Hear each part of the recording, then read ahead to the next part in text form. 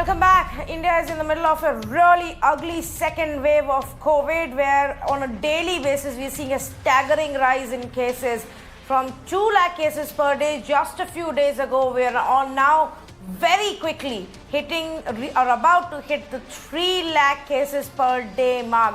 That's how bad the situation is. And obviously, it has led to all kinds of shortage of life-saving, critical life care, healthcare infrastructure, whether it's oxygen, whether it's ventilators, whether it's testing labs that are extremely essential right now to identify how many are getting infected, ICU beds, all of this, and of course the life-saving drugs, remdesivir and others. There's an acute shortage of most of these products, and government is now announcing step after step, whether it is to transport oxygen from one part of the country to the other via trains now being deployed, or even providing security and police security to the oxygen storage warehouses, so that there is no riot-like situation when it comes to people trying to get some oxygen. That is how dire the situation is. I want to focus on two of these aspects right now.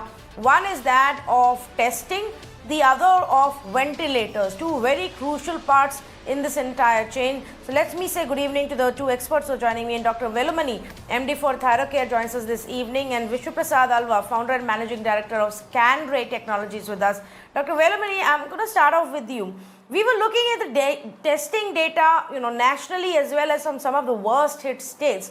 Now, while the average increase in daily cases is above 200%, obviously the average increase in daily tests is not able to match up. About 38% was what we looked at. Now, this is the big challenge, and you and I spoke about it a few days ago as well. How do we tackle this challenge, Dr. Velumani?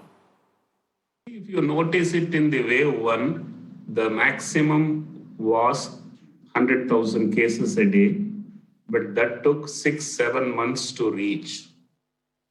Today, you have reached 300,000 cases a day within a matter of 2.5 months. So it's nothing but the slope of the curve is deflating. The slope of the curve says everybody was caught in a wrong foot, be it common man, be it a laboratory, be it a hospital, be it an administrator, bureaucrat, politicians, election commissioner, everyone was into complete shock. Having said that, what can be scaled up? Only can be scaled up. Suddenly we find in the country oxygen is the biggest problem. Last year, this big problem was not sensed. We have a capacity to produce only 7,500 metric tons a day, but that also is skewed distribution. Suddenly in Mumbai, if you want, you have to borrow from other states. It's very difficult to transport. Transportation costs involved, travel time is involved. Without oxygen, a man cannot even survive for 3 hours. Very critical, very crucial, very panicking. So that's the biggest challenge, as I said. The slope at which the number of cases are rising. Number 2, the oxygen consumption appears to be this wave much, much higher than the previous wave, maybe because of sudden slope. So it is a very panicking situation. Black markets are operating, and maybe people are using it even when it is around 95. Only when it goes less than 90, it is supposed to be put on. So when it is in scarcity, we must use wisely, find out methods of getting it to city from different parts of the state and country.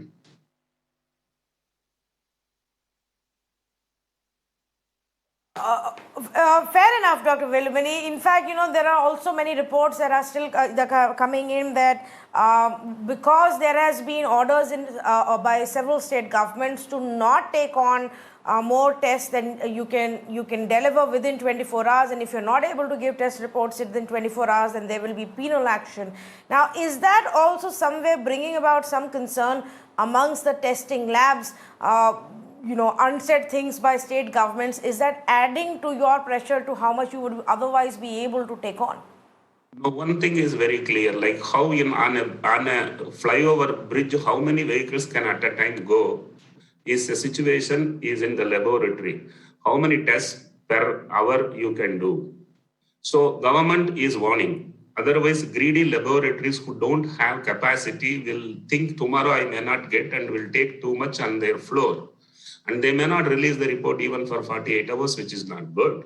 So that pressure is good not to take more. But having said that, today's pressure is our telephones we don't want to lift because there is too much of pressure coming in for appointments. We don't have swab collection technicians in the city. You know, when the last peak came, the city had reached a 50,000 tests a night.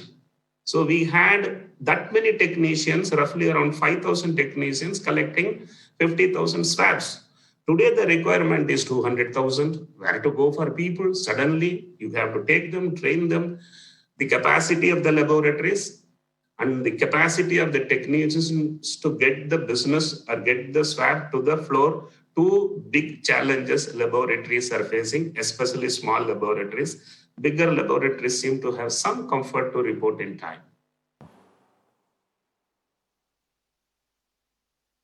Okay. And of course, all of this ramping up is going to take some time, and the biggest challenge there also is not just having the kits, but having the staff to really take on such kind of a load. Let me also say good evening to Vishwaprasad Alva. Vishwaprasad Alva, there was a lot of conversation last year in the first wave that we had about, locally making ventilators, enhancing the capacity, and building up that capacity for our hospitals for this pandemic. Would it be fair to say that while it happened in the initial months, somewhere that kind of lost its pace as maybe the governments and hospitals assumed that we were done with this pandemic post-October?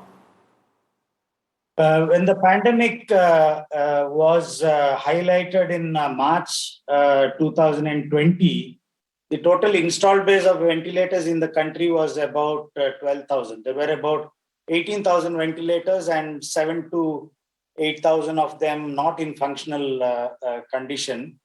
And the requirement was estimated to be about 1 lakh ventilators. So in the last 8 to 10 months, there has been an added capacity of about 60,000 ventilators. Now, ventilator as a hardware is still not a shortage in the country. Ventilator needs intensivists, respiratory technicians, and a whole lot of ecosystem around that. In my estimate, there must be about 60,000 ventilators in functional conditions. Of them, about 20,000 are still in unboxed or in warehouses and not installed. A lot of ventilators that the government shipped to the hospitals, public sector hospitals or government hospitals, have not been installed for lack of intensivists and technicians. And most of the cases, high flow oxygen itself is enough. And when the pandemic started, outcome of invasive ventilation was less than about 8%. So out of 100 people who were on invasive ventilation, about 8% made it through and 92 couldn't pull it out.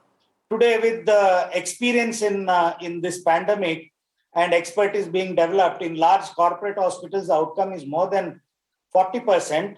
But the smaller hospitals, government hospitals, district, taluk level, they have ventilators, but they do not have people to operate that.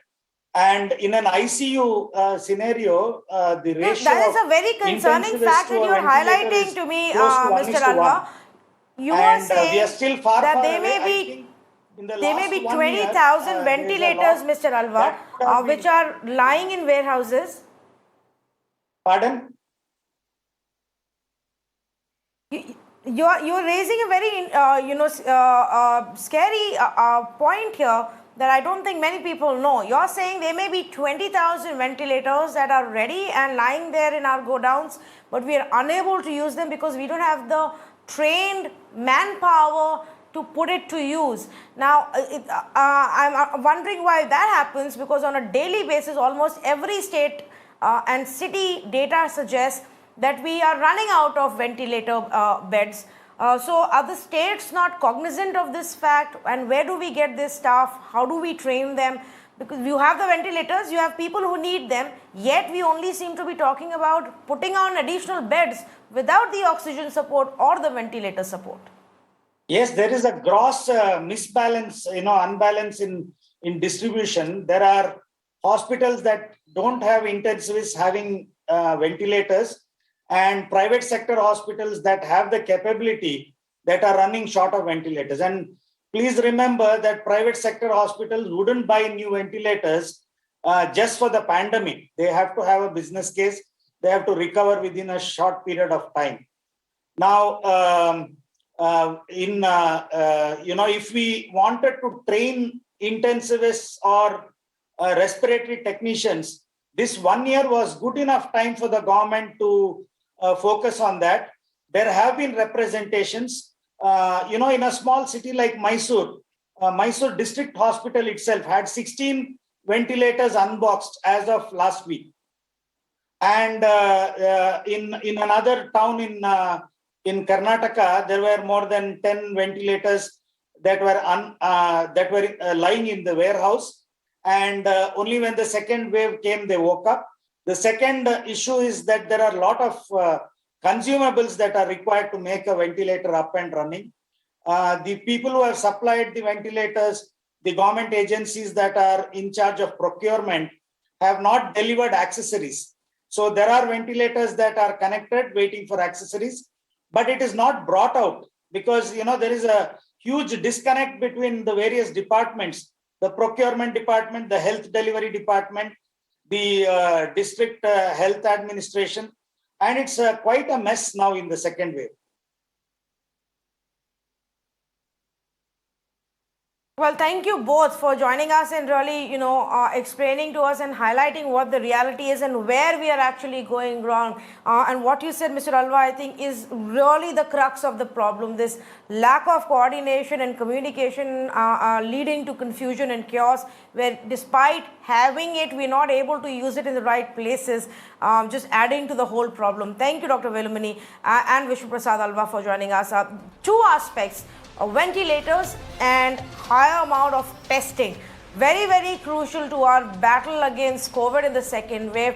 Unfortunately, on both grounds, we see that we did not prepare in advance. If the states had begun to react on time, we could have stepped it up faster and better and could have tackled this second wave better. Court after court now is coming up with orders, saying the same thing, and it's the misgovernance or lack of governance and timely action from the state governments and the central government that may have brought us into this situation. Apart from, of course, the fact that most of us kind of assumed that COVID was gone and gave absolutely no regard to COVID protocols, and for weeks together refused to acknowledge the reality, look at the data and what the story was there, simply just assuming that it's not going to happen to us. We're in a very, very big national emergency right now. I think everybody needs to come together on the same page, unite to fight this challenge. Thank you so much for joining us on this conversation.